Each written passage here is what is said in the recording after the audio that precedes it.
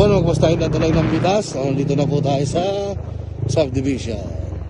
Yan po, waiting shed. Yan. Napakalawak po ng daan. So, syempre, number one, flood free. Never pong bumabaha dito. Kahit pagtanong nyo man po, kahit kanino, never pong bumabaha dito. So, first block po tayo doon. Second block po tayo. So, dito na po tayo. Second block.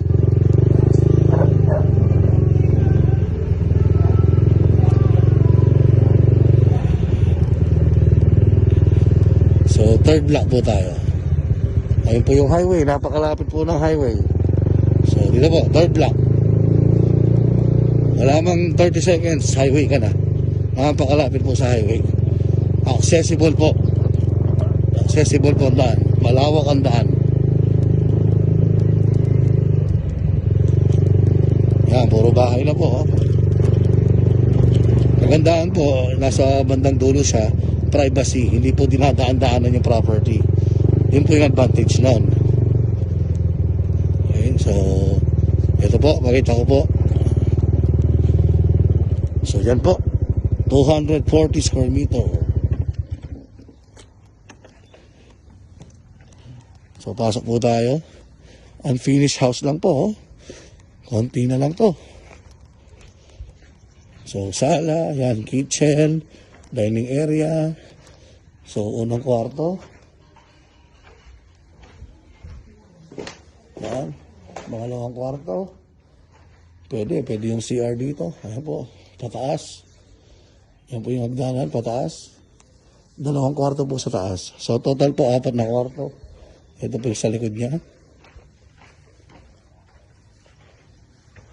So, 240 square meter hanggang dito pa po yan. Yan, sa'yo pa po ito. Yan. Po, yung mga hollow blocks na, hindi lang po natapos talaga. Ito po, pa-highway din po ito. Pa-highway din po yan. Dumaan lang po tayo doon. Pa-highway din po yan. Ito po, para makita nyo po. Sige, video, tuloy ko na po yung video.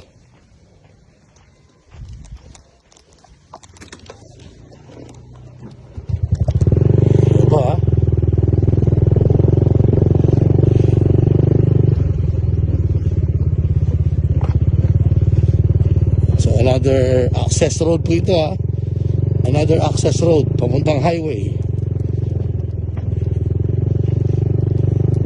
So left and right po ang daan niya.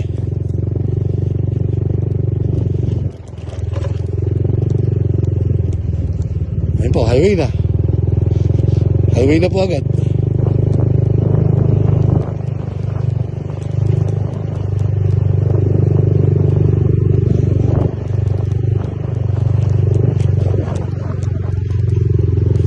Highway na po agad.